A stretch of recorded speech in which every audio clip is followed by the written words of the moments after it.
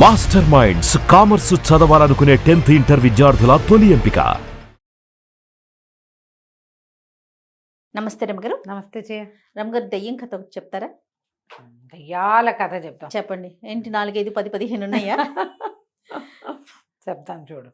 పూర్వం అప్పట్లో నౌకా వ్యాపారాలు అవి ఉండేవి కదా. మన వాళ్ళు ఎక్కడికో పోయి ఎక్కడో బిజినెస్ చేసుకుని వచ్చేవాళ్ళు. అట్లా నౌకలు వ్యాపారాలు చేసే కాలంలో రత్నశెట్టి అని ఒక శెట్టి గారు ఉండేవాడు. ఆయన ఆయన తిరగని ఎక్కని పడవ లేదు, తిరగని దేశం లేదు, చూడని ద్వీపం లేదు. అసలు ఆయనకి ఆ వ్యాపారంలో తెలియందే లేదు. భలే గొప్పవాడు ఆయన. ప్రతి వాళ్ళు ఆయనతో కలిసి ప్రయాణం చేయాలని ఉబలాట పడేవాళ్ళు. ఆయనతో వెళ్తే ట్రిప్ చాలా బాగుంటుంది. ఎన్నో కొత్త విషయాలు తెలుసుకోవచ్చు, కొత్త కొత్త ఊళ్ళు చూడొచ్చు, అద్భుతమైన బిజినెస్లు చేయొచ్చు, బాగా సంపాదించవచ్చు, బోల్డ్ ఉండేవి.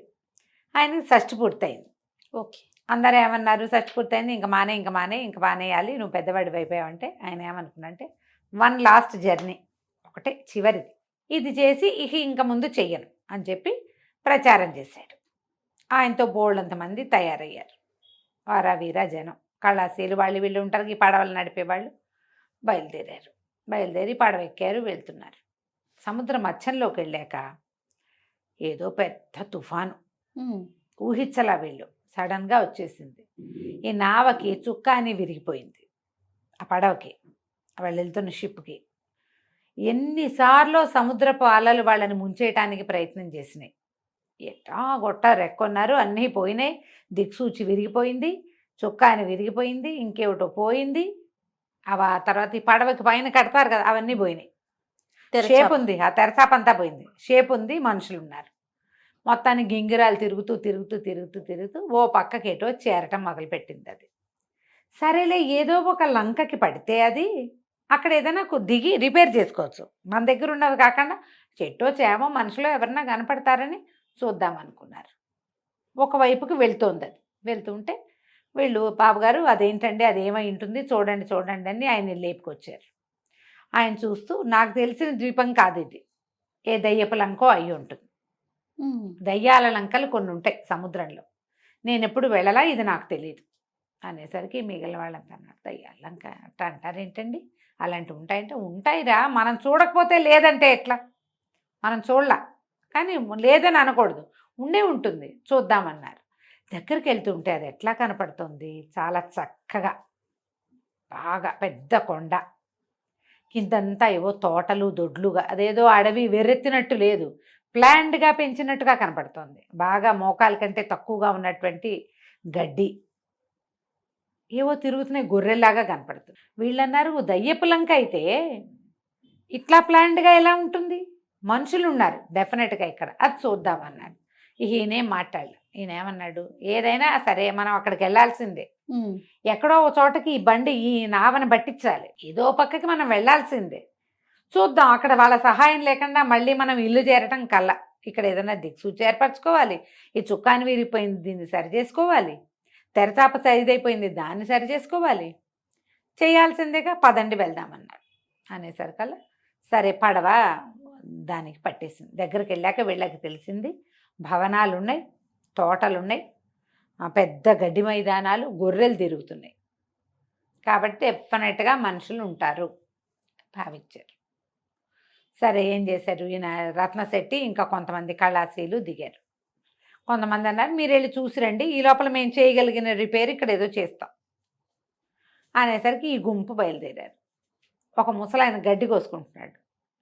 వీళ్ళు పోయి, బాబు ఊళ్ళో ఏమైనా పని దొరుకుతుందా, మనుషులు దొరుకుతారా అంటే ఆయన ఏం వినిపించుకోవాలి, ఎంత అడిగినా సమాధానం చెప్పలా. వీళ్ళకి అర్థం కాలేదు. ఇంకా ముందుకెళ్ళారు. ఎవరో కుర్రాడేవో ఇట్లా సామాన్లు మోసుకొస్తున్నాడు. వీళ్ళు ఏం పలకరించినా వాడు మాట్లాడలా. వీళ్ళ భాష కాదా ఏమిటో వీళ్ళకి అర్థం కాలేదు. ఇంకా ముందుకెళ్తే ఒక 4, 5 పిల్లలు ఎగురుకుంటూ వీళ్ళని దాటుకుంటూ వెళ్ళారు. వీళ్ళు ఎవరైనా మన ఎదురుకుంటూ, ఇప్పుడు మనుషులు వస్తున్నారనుకో, వాళ్ళని చూసి ఆగటమో అడగటమో మాట్లాడటమో కనీసం తప్పుకోవటమో చేస్తాం, ఏమీ చేయలే. వీళ్ళ మీద నుంచి వెళ్ళిపోయారు వాళ్ళు అనిపించింది వీళ్ళకి. ఓకే. ముందుకెళ్తే గొర్రెలున్నాయి, గుడ్లున్నాయి, పెద్ద పెద్ద ఇళ్ళు, బోళ్ళన్ని పంటలు, తోటలు, పెద్ద కోటగోడలు. కానీ ఒక్కడు వీళ్ళకేసి చూడ్డు మాట్లాడు. ఉమ్. వీళ్ళకి అర్థం కావటల్లా ఏమిటి ఏమిటి ఏమిటి అని. ముందుకెళ్ళేసరికి ఆయనకు అనిపించింది, ఒరే ఇది దయ్యాలంకే, వీళ్ళెవ్వరూ మనుషులు కాదు, వాళ్ళకి మనం కనపట్టలేదు. సరే చూద్దామని ఆ కోట దాకా వెళ్ళారు. వెళ్తే బయట సైనికులు ఉన్నారు, కాపలాలు. క్రమంగా వీళ్ళకి ఏమర్థమైంది, వాళ్ళల్లో ఎవ్వరూ తమని చూడటం లేదు. దారిలో చెట్లు కాయలు కనపడుతున్నాయి, కోసుకుని తిన్నారు, ఎవ్వరు ఏమంటలే. సరే లోపలికి వెళ్ళారు. ముందుకెళ్తే పెద్ద కోట, సైనికులు కాపలా ఉన్నారు. కోట దాటి గేట్ దాటి లోపలికి వెళ్ళారు. లోపలికి వెళ్తే ఏమిటో డ్యాన్సులు జరుగుతున్నాయి, సంగీతాలు జరుగుతున్నాయి. ఓ రాజుగారు పెద్ద సభా సమూహంగా కనపడుతుంది. ఆ సభలోకి వెళ్ళారు. ఎవరు దాన్ని వాళ్ళు పాడేసుకుంటున్నారు, డ్యాన్సులు చేస్తున్నారు. రాజుగారు వాళ్ళు వీళ్ళు ఓహో ఓహో అంటున్నారు. ఈయన అన్నాడు, ఒరే ఒక తమాషా చేస్తాను చూడండి అని చెప్పి అలా వెళ్ళి రాజుగారి మొహంలో మొహం పెట్టి చూడడం మొదలుపెట్టాడు. రాజుగారు ఈయన అతను చూడలేదు కానీ కెవ్వుమని కేక పెట్టి పడిపోయాడు, స్పృహ తప్పిపోయాడు. వీళ్ళు హడిలిపోయారు ఏమైపోతుందో అని. ఈ లోపల అందరూ వైద్యుడేడి వైద్యుడేడి అంటే ఒక భూత వైద్యుడు లాంటి వాడు ఒకడు పరిగెత్తుకొచ్చాడు. దగ్గరికి వెళ్ళాడు రాజుగారి దగ్గరికి. రాజు నాడు చూశాడు, ఏమీ లేదు గాలి చేష్ట అని చెప్తున్నాడు. అసలు గాలి ఎవరు? వాళ్ళే, అంతే. వాళ్ళందరూ ఆత్మలే, అవన్నీ దయ్యాలే కానీ మనుషులు కాదు వాళ్ళు.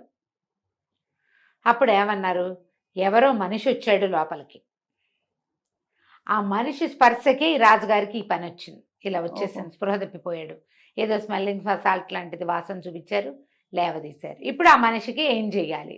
అందరూ అటు ఇటు చూస్తున్నారు, ఎవరికి వీళ్ళు కనపట్ల, వీళ్ళు మాత్రం అన్నీ చూస్తున్నారు. అప్పుడు ఏమన్నాడు భూత వైద్యుడు, అలా కాదు, ఆహార పదార్థాలు వండండి బాగా అంటే అన్నీ వండారు. వండి అక్కడ పెట్టారు, పట్టుకొచ్చారు. అప్పుడు దండాలు పెట్టించాడు అందరితోటి. ఓ మనుషులారా, మీరెవరో, ఓ మనిషి నువ్వు ఇక్కడే ఉండుంటావు, మమ్మల్ని వదిలిపెట్టేసి ఇక్కడున్న ఆహార పదార్థాల్లో నీకేం కావాలంటే అది తిని మమ్మల్ని వదిలిపెట్టి వెళ్ళిపో.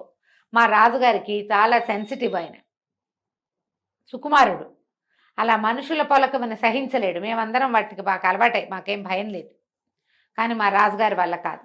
కాబట్టి కావలసిన ఆహారం తినేసి మమ్మల్ని వదిలిపెట్టి వెళ్ళిపో. ఇవన్నీ దయ్యాలే కానీ పంటలు కాయలు అన్నీ నిజమే, వాళ్ళన్నీ పనులు చేసుకుంటారు. శుభ్రంగా వండి పెడితే వీళ్ళు 11 మందో 12 మందో వెళ్ళారు, కళాశీలు వీళ్ళంతా.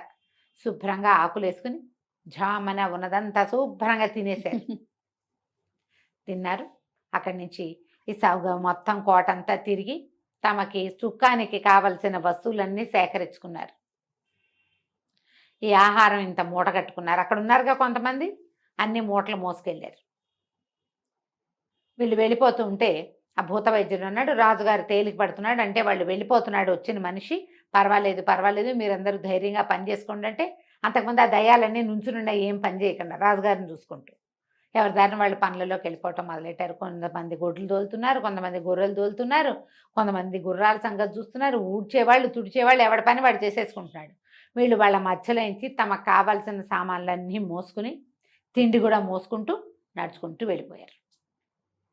వెళ్ళి పడవ దగ్గరికి వెళ్ళాక ఆ సామాన్లతో రిపేర్లు అయినాయి కానీ తిండి మూటలు ఊడదీస్తే అందులో ఏం లేవు, ఇంతంత పిండాలు ఉన్నాయి. అవి ఆహారం తిన్నదే. అక్కడ వీళ్ళు ఏం తిన్నారో తినేశారు. పట్టుకొచ్చిన దాంట్లో ఏది వీళ్ళకి తినడానికి రాలేదు. చెట్లకు కోసారు కాయలు, అవి మాత్రం ఉన్నాయి. సరే వీళ్ళు ఏం చేశారు, కిందకి దిగి మళ్ళీ కట్టెలు అవి ఇవి కట్టుకొట్టుకుని అవి తెచ్చుకున్నారు లోపలికి. చుక్కానికి కావాల్సిన రిపేర్ అంతా చేసుకున్నారు. లోపల సామాన్లలో ఎప్పటివో పురాతన సామాగ్రి, దయ్యాలు వాడవు పెట్టవు వాటిని. దిక్సూచులు అవి ఉన్నాయి. ఇక్కడికి పడవల్లోనే వచ్చేవాళ్ళు, వాళ్ళు బహుశా అంతా చచ్చిపోయారు ఏనాటిదో అది. సరే ఆ దిక్సూచి కూడా ఒకటి పట్టుకొచ్చుకున్నారు. వచ్చాక చూసుకుని తమ ఊరు ఏ వైపు ఉందో ఆ వైపుకి ప్రయాణం మొదలుపెట్టి నిదానంగా వెళ్ళిపోయారు. ఊరు చేరాక మేము దయ్యపు లంక చూసాం, అందులో ఇలా ఉంది అలా ఉందని రోజుల తరబడి చెప్పుకున్నారు వాళ్ళు. కానీ మళ్ళీ ఇంకా ఏ ప్రయాణంలోనూ వాళ్ళ లంకని చూడలేదు. రత్నశెట్టి గారు ఆ తర్వాత ఇంకా వెళ్ళాల. ఇదే మంచి లాస్ట్ ట్రిప్ ఏదైతే చేసామో అదొక అద్భుతమైన ట్రిప్పు. వాళ్ళు చూస్తుండగానే వాళ్ళు వండుకున్న ఆహారం వాళ్ళకి తెలియకుండా తినేసాం మనం. అది ఎంత బాగుంది ఎక్స్పీరియన్స్, అద్భుతమైన ఎక్స్పీరియన్స్. మనం భయపడలా, అవి భయపడ్డాయి మన చూసి. అంతే. రాజుగారు స్పృహ పెడిపోయాడు కదా.